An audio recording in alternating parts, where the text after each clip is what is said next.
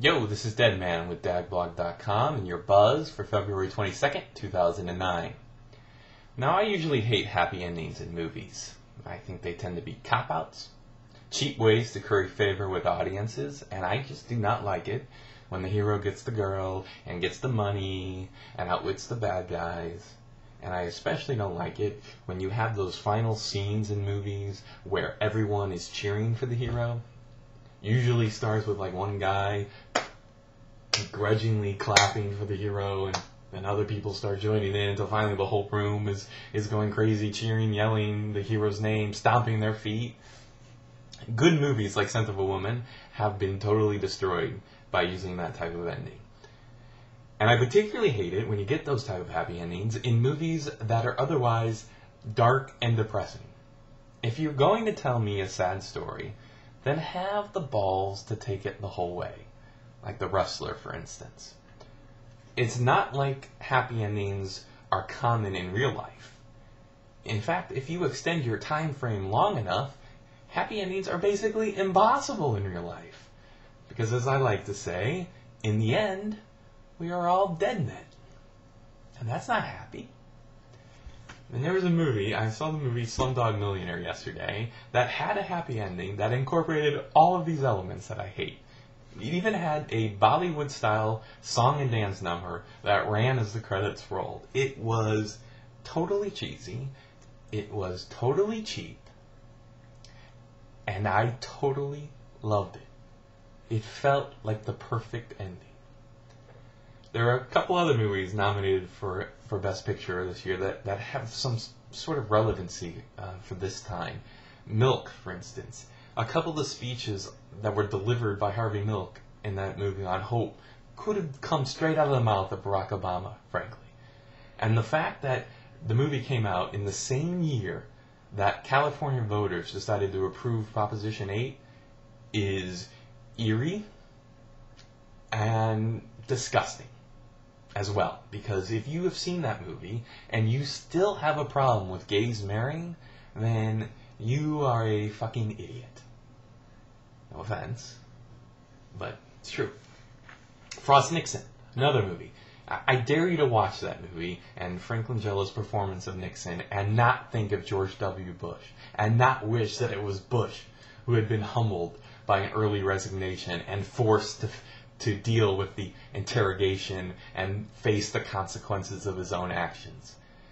You and I both know that George W. has never had the depth of character that would make that type of self-reflection and that subsequent mea culpa possible, but it was still cathartic to see a substitute, at least, of Nixon doing it.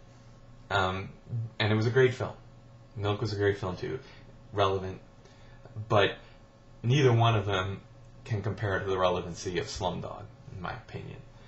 You know, if you've read anything I've written lately, that I am plenty scared and pessimistic about this country's future. I think it's quite possible that if Japan had a lost decade, that we are due for a lost generation.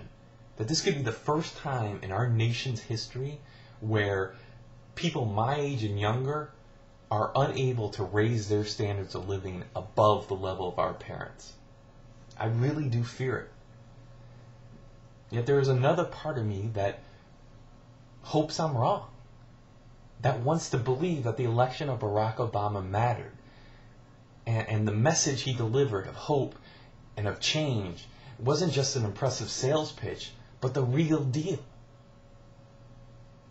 And it's that same hopeful part of me that was able to just enjoy the ending to Slumdog Millionaire and not worry so much that Danny Boyle was engaging in some movie-making trickery, some Hollywood-ending bullshit.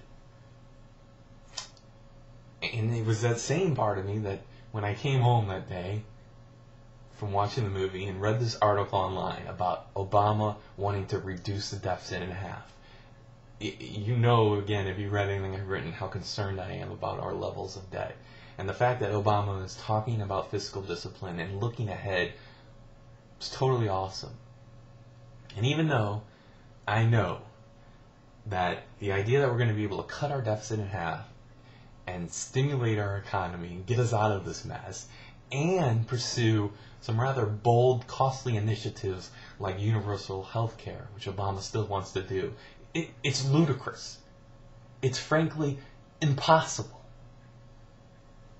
And yet, for tonight, at least, I am going to allow myself to be deluded with the hope that our own depressing economic slumdog of a story will have its happy ending too. That we will get the girl, that we will get the money, that we will outwit the bad guys. And as for Slumdog, I will totally be rooting for that movie to win Best Picture tonight at the Oscars.